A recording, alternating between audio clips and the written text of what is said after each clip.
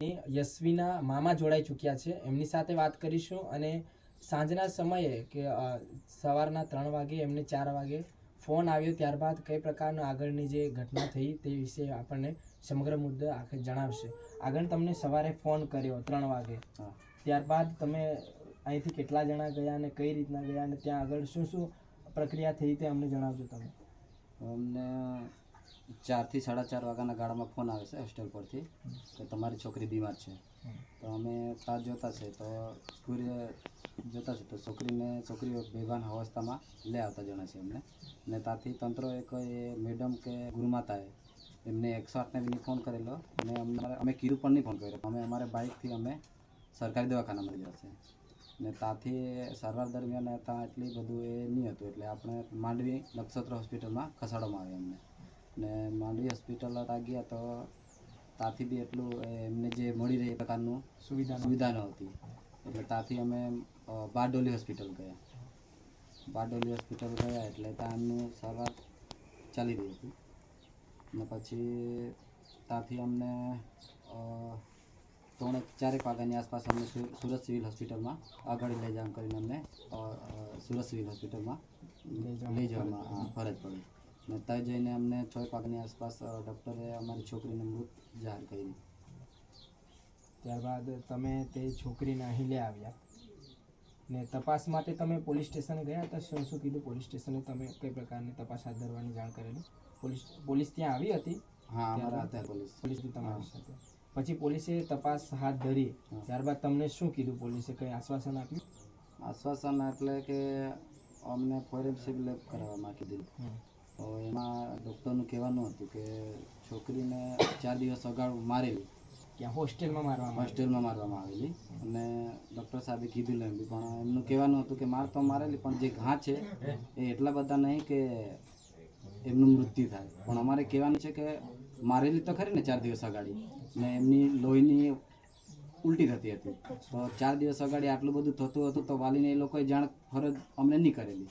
આટલું બધું લોહીની ઉલટી કરે તો અમને જાણ થવી જોઈએ ને વાલીઓ લોકોને, એ નહીં કરી હતી તમને. અને ફોરેન્સિકમાં કઈ કઈ બાબતો જાણવા મળી છે? ફોરેન્સિકમાં તો અત્યારે રિપોર્ટો બાકી છે પણ એક જ અમે જાણવા મળ્યું કે એમને 4 દિવસ અગાઉ મારવામાં જ આવેલો છોકરીને ને લોહી નીકળતું હતું, જે લોહી ઉલટી એમની થતી હતી. એમાં તો મારવામાં આવેલો. ડૉક્ટર સાહેબે કીધું રિપોર્ટ હજુ કંઈ બાકી છે.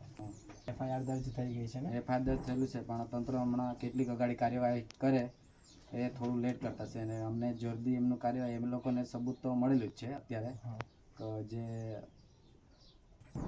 જે એમનું જે સ્થળ તપાસ થયું એમાં લોહી બી મળી આવેલું છે. જે છોકરીએ નિવેદન આપેલું પહેલાં કે જે વોમિટ કરતી હતી એટલે એને એ રિપોર્ટ પ્રમાણે મળી આવેલું. સિક્કા પર લોહી મળતું હતું, પછી પેન્ટમાં મળે તો લોહી હતું પણ છોકરીને કહેવાનું હતું કે પેન્ટ લોહીવાળા હતો પણ એને ધોઈને મૂકવામાં આવેલી. એ અમને ચોક્કસપણે ખબર નથી કારણ કે અમે હોસ્ટેલમાં નહીં, પણ જે છોકરીઓ હકીકતમાં જે જોયેલું એમણે જ કેવું છે કે પેન્ટ લોહીવાળો હતો પણ એ જ્યારે તપાસમાં આવ્યું ત્યારે પેન્ટને ધોઈને મૂકવામાં આવેલું. એટલે થોડું તંત્ર પર અમને બેદરકાર લાગે છે કે અમારો જે એ છે એમને છુપાવવા માટે પ્રયત્ન થઈ રહ્યો છે. અચ્છા, એવું છે. અને પછી તમે અન્ય પણ રીતના વાત કરી ક્યારની કે જે અંદર છે પુરુષોને જવાની ના છે અંદર? હા, વાલીઓને એ લોકો હોસ્ટેલમાં અંદર જવા નહીં દેતા ને જ્યાં 2 નામના પુરુષો રહે છે, દિવ્યેશ ને નરેશ, તો એ રાતે 11 વાગ્યા સુધી ગર્લ સ્કૂલમાં રહે છે. તો એમને કોઈ ઓથોરિટી પ્રમાણે એ રહેते છે કારણ કે વાલીઓને જ અંદર નહીં જવા દેતા. તો આ તો બીજા છે, એમને રાખવાનું કારણ શું છે? અચ્છા, એવું છે. હાલમાં જે પ્રકારની સ્થિતિ સર્જવા પામી છે, આ મુદ્દો ઘણો ગંભીર છે અને એની પહેલાં પણ કાલે 3 વિદ્યાર્થીઓને ઉમરપાડા હોસ્પિટલ ખાતે ખસેડવામાં આવી હતી. કાલે સાંજના જે પોસ્ટમોર્ટમ સાંજે જે કંઈ અમારું સ્થળ તપાસમાં હતું ત્યારે આવો બનાવ બનેલો કે 6 છોકરીને લઈ જવામાં આવતી હતી ને તેમાંથી 2 છોકરીને માંડવી ખસેડવામાં આવેલી છે ફરી ત્યાં. સાથે આ પ્રકારની ઘટનાઓ જ્યારે બનવા પામતી છે ત્યારે અનેક ગંભીર પ્રશ્નો ઉત્પન્ન થતા હોય છે. તંત્ર તો હું આવી રીતનો પ્રશ્ન સીધો જ પૂછવા માંગુ છું કે એક હોસ્ટેલ છે તેમાંથી 2 દિવસ આગળ એક છોકરીની બોડી મળી આવે છે, શંકાસ્પદ રીતે મોત થતું હોય છે તે છોકરીનું. ત્યારબાદ તે વિદ્યાર્થીના મૃત્યુના 2 દિવસ બાદ ત્યાંથી 6 છોકરીઓને પાછી સારવાર અર્થે હોસ્પિટલમાં ખસેડવામાં આવતી હોય છે.